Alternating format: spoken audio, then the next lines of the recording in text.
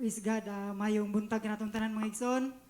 Dalaygon ang atong buhi nga Dios, bisan pa man sa pagkamayo, ug una sa tanan kanunay atong pasalamatan atong buhi nga Dios mga igsoon. It's a great privilege mga igsoon nga nako sa inyong atubangan.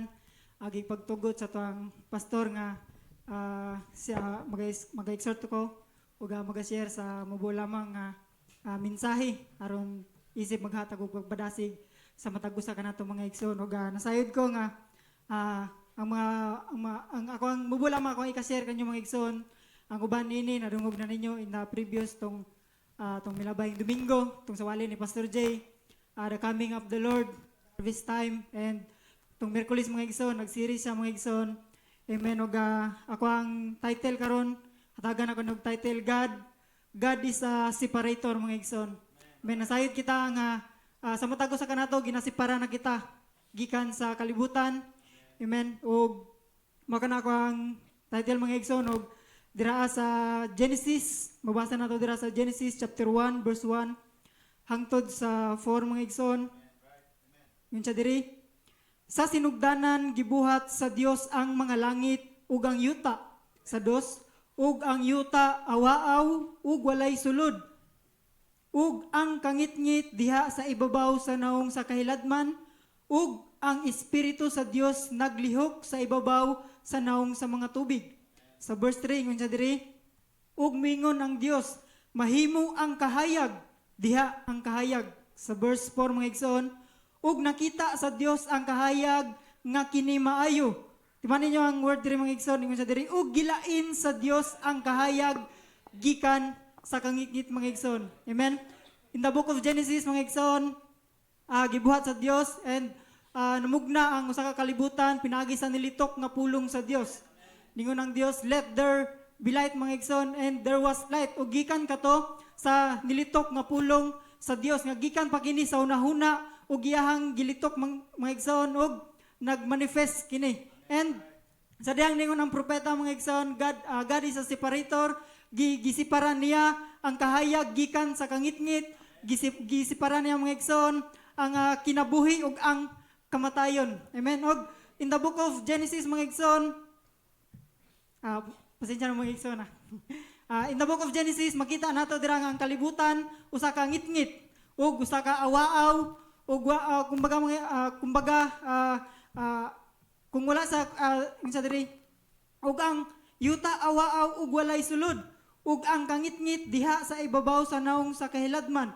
Amen. Og sa dihang ang Dios nagalihok taliwala sa kalibutan, then ningon siya nga let there be light, and ingon ang propeta nga there is a purpose nga nung gilitok niya kadto, tungod kay adunay mga binhi nga naa sa ilawom sa yuta mga igsoon.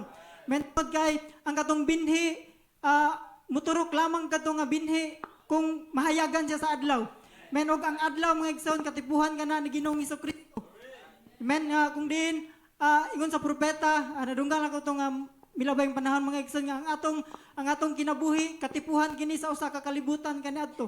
Nga kung din ang atong kinabuhi mga igsoon walay kapadulngan, ang atong kinabuhi kaniadto puno sa pagduha, puno sa mga pagpangutana mga igsoon nga para kanimo makaunahuna ka nga ngit-ngit pa sa alkitran ang imong kinabuhi.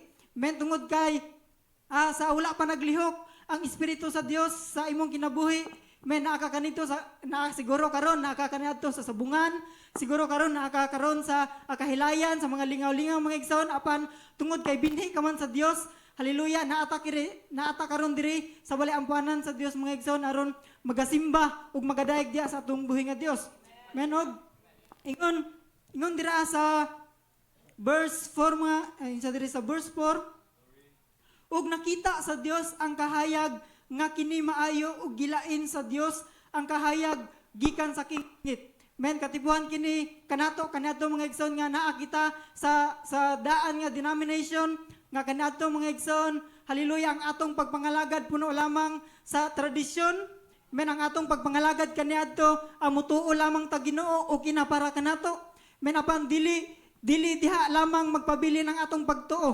Men tungod kay if you are a seed of God mga igsoon, tawgon kaniya gikan sa kangitngit ngadto sa kahayag. Men bisan man in the time of Israel, daghan ko pagaisgutan nga mga karakter bahin sa journey sa mga karakter in the Bible mga igsoon nga kung giun sa pagsipara sa Dios kanila gikan sa kangit-ngit mga igsoon. Og makita nato dira sa in the time of sa panahon ni Abraham. Gitawag si Abraham sa Dios dili pinagi sa kung maayo siya. Men gitawag si Abraham mga igsoon og gitawag siya tungod kay pinili na siya sa wala pa matukod ang programento sa kalibutan. Men og ingon ang Dios, dili ko ikaw panalanginan Abraham hangtod nga dili ka mubulag ngadto sa imong ginikanan. Dili ko ikaw panalanginan hangtod nga dili ka musipara gikan sa imong gikanan ug dalon ka ngadto sa gitagana alang sa Dios. Men og si Abraham mga igsoon ingon sa propeta we are type to Abraham nga kinahanglan isipara nato ang atong mga kaugalingon gikan sa atong mga daan nga kinaiya. Men kinahanglan to isipara ang atong mga kaugalingon gikan sa atong mga daan na binuhatan. Men tungod kay ingon ang propeta mga igsoon, ingon ang Bible, if you are born again, you need to be total separation. Men total separation gikan sa kalibutan. Men og daghan sa panahon nato karon mga igsoon nga para kanila nakagawas na sila sa denomination, para sa kanila mga igsoon nakagawas na sila sa ilahang gikanan. Ingon ang propeta nga there is two type of redemption, coming out and entering into. Ang coming out mga igsoon is being typed to the Israel nga kung din Israel is the called out church mga igsoon. Amen og hallelujah nga we are the type of Israel, the spiritual Israel.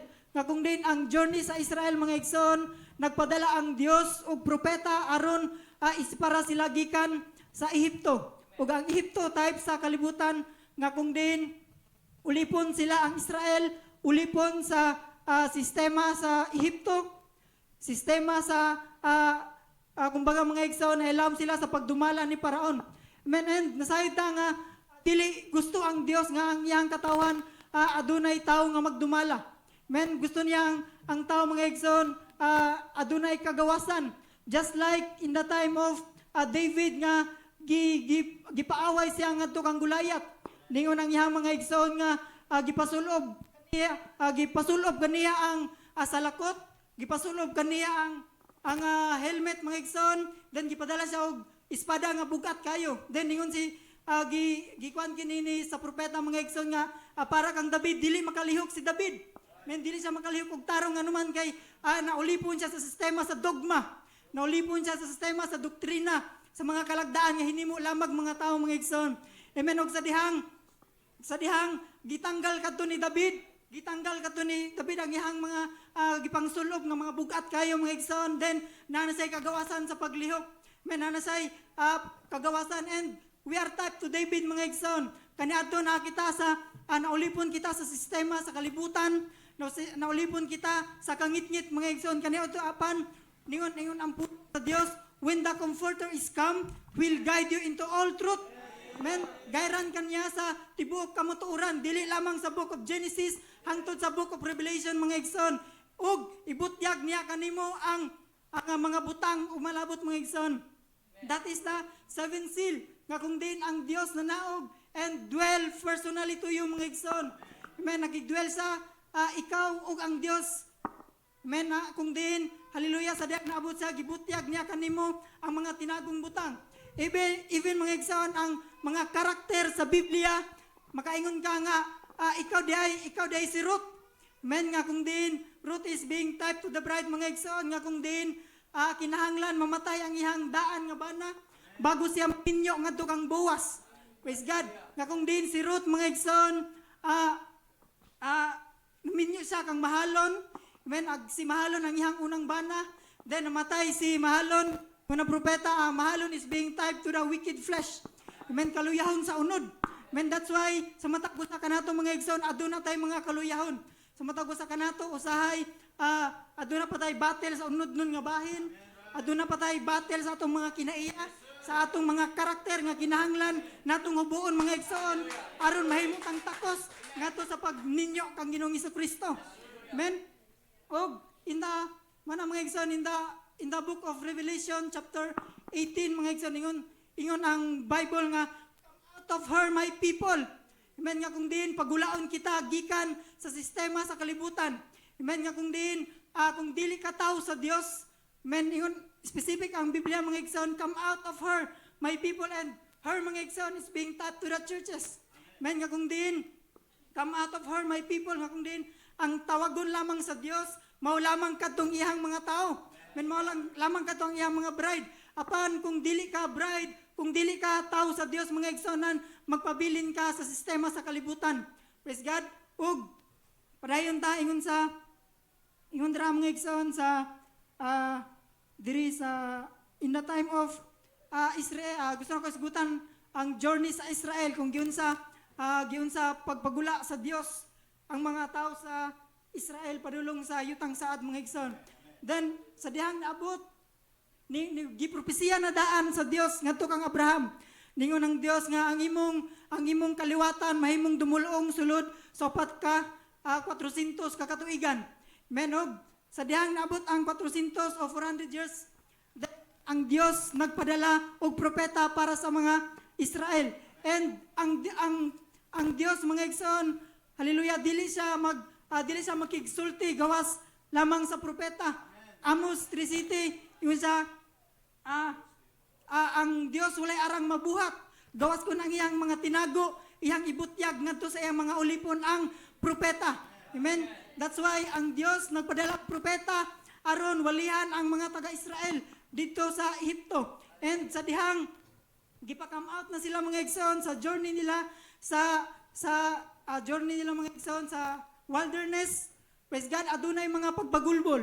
Ningon ang mga tao ngadto kang Moises, gidala lang ba nimo diri aron patyon? Menog hallelujah.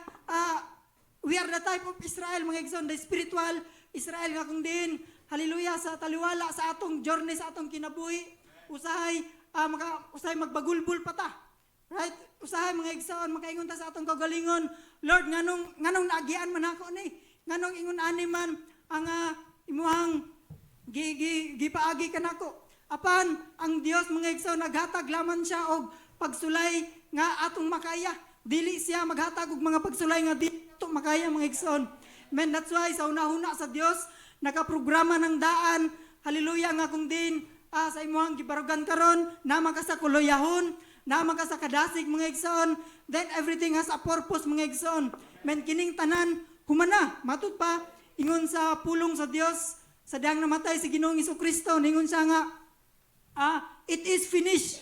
Praise God nga kung din taliwala sa atong kahimtang karon sa atong mga balatian, taliwala sa atong kawaladon karon mga igsoon, humana kini. Amen. Sa una-una sa Dios, humana kining tanan mga igsoon, and ang atoan na lang karon, we walk according to the plan of God mga igsoon. Amen. Nagalakaw kita uyon og sibo sa kabubuton diha sa Dios. Praise God. Padayon ta dira sa Joshua chapter 2 mga igsoon, in the time of Rehab mga igsoon, nga kung din si Rehab usa siya ka bigaon. Amen. Sorry for the word mga igsoon, apan mao kana ang usa ka gingon sa Biblia.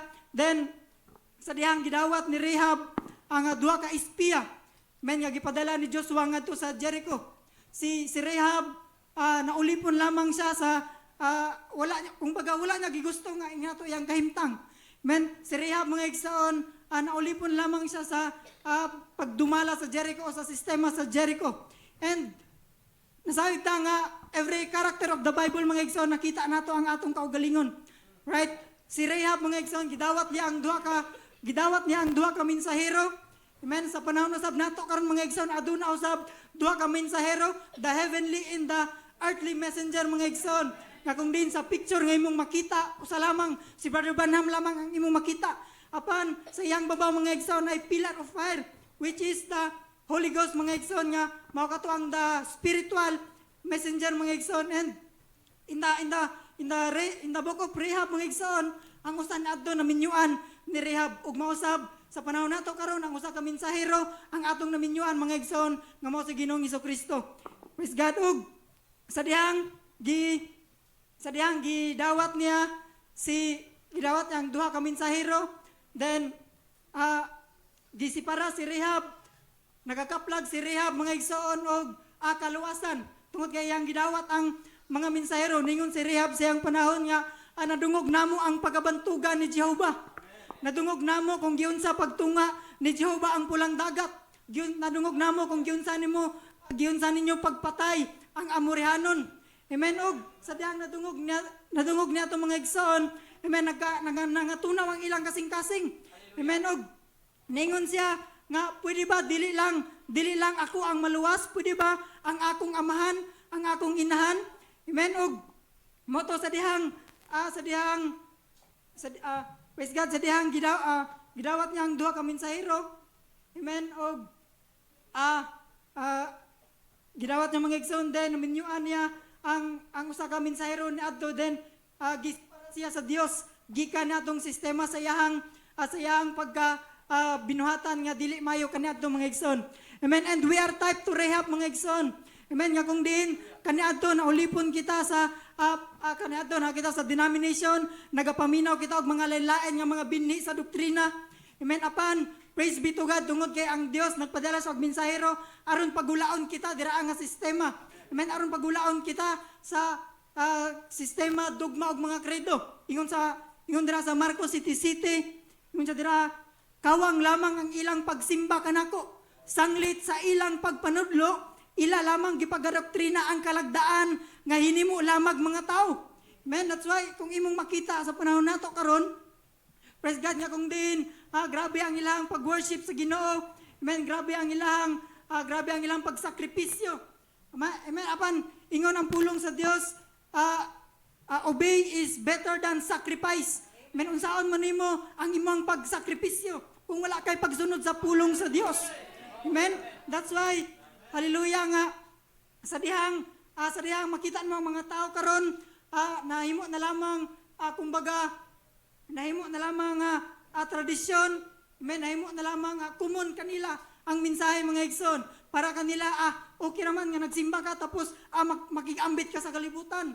Okay raman, hallelujah nga pagkabuntag Biblia ang imong dalon, then pagkahapon ka sa sabungan. Amen. Para kanila mga igsoon okay lang. Apan para sa pulong sa Dios mga igsoon, ang nagpabiling tama mga igsoon, ang nagpabiling mali. Amen. That's why dili pwede ma-compromise ang pulong sa Dios. Amen. Og ingon siya dira sa parahin ta mga igsoon. Amen. Praise God. Dira sa quotation mga igsoon ni Brother Branham. Tugutin niyo sa pagbasa mga igsoon. Ingon siya diri, Abraham also, he was a separated person from the world. When God called Abraham at the 75 years old, separate yourself from your kindred and from all of the unbelief and come out into the world that you've never walked in before. And among the people that you've never known before, come out and separate yourself from anybody that would be contrary to what you believe in.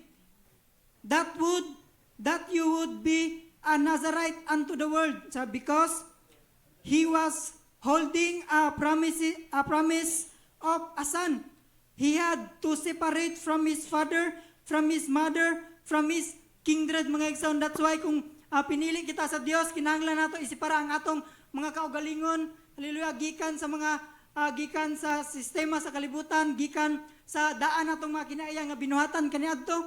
Amen. Unsa diri? And what separate him? Not because that he was a good man. Amen. Wala gisipara si Abraham nga usa lamang ka maayong tao. Siguro mga igsoon wala kita gipili, wala kita unsa diri?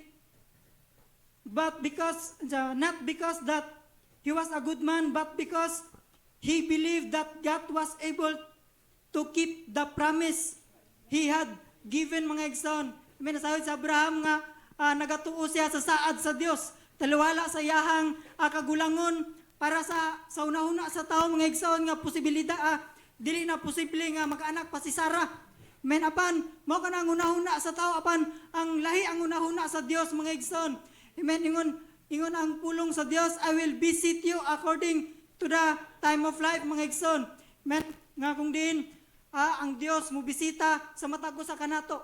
Amen, ang Dios, hallelujah, makigdwell sa matago sa kanato individually. That is the seven seal, mga igsoon, the coming of the Lord, nga kung din, kung mabutyag na kanimo ang kamatuuran, then, makita nimo ang imong kaugalingon in the character of the Bible nga ikaw day si Ruth. Amen. Ginabuhi din nimo si Ruth nga kaniadto. Si Ruth, hallelujah nga nanghagdaw lamang siya sa umahan ni Boaz. Amen. Nanghagdaw sa apan nahimutan siya ni Boaz, mga igsoon. Amen. That's why gibilinan siya ningon si Boaz ngadto siyang mga ngani nga bilini ra gud mga binandol. Amen. That's why sa diyang sigig panghagdaw ni Ruth, mga igsoon, dili na mga partial lang ang iyang nakuha. When si Ruth, mga igsoon, the more revelation na ang iyang nakuha. When hinagdaw na ang iyang mga nahagdaw, binando lang iyang nahagdaw, mga igsoon. Amen, and we are typed to Ruth. Ruth is being typed to the bride. Nga naman, mga igsoon, tungod kay kaniadto sa atong pagpangalagad. Hallelujah, naminaw lang ta.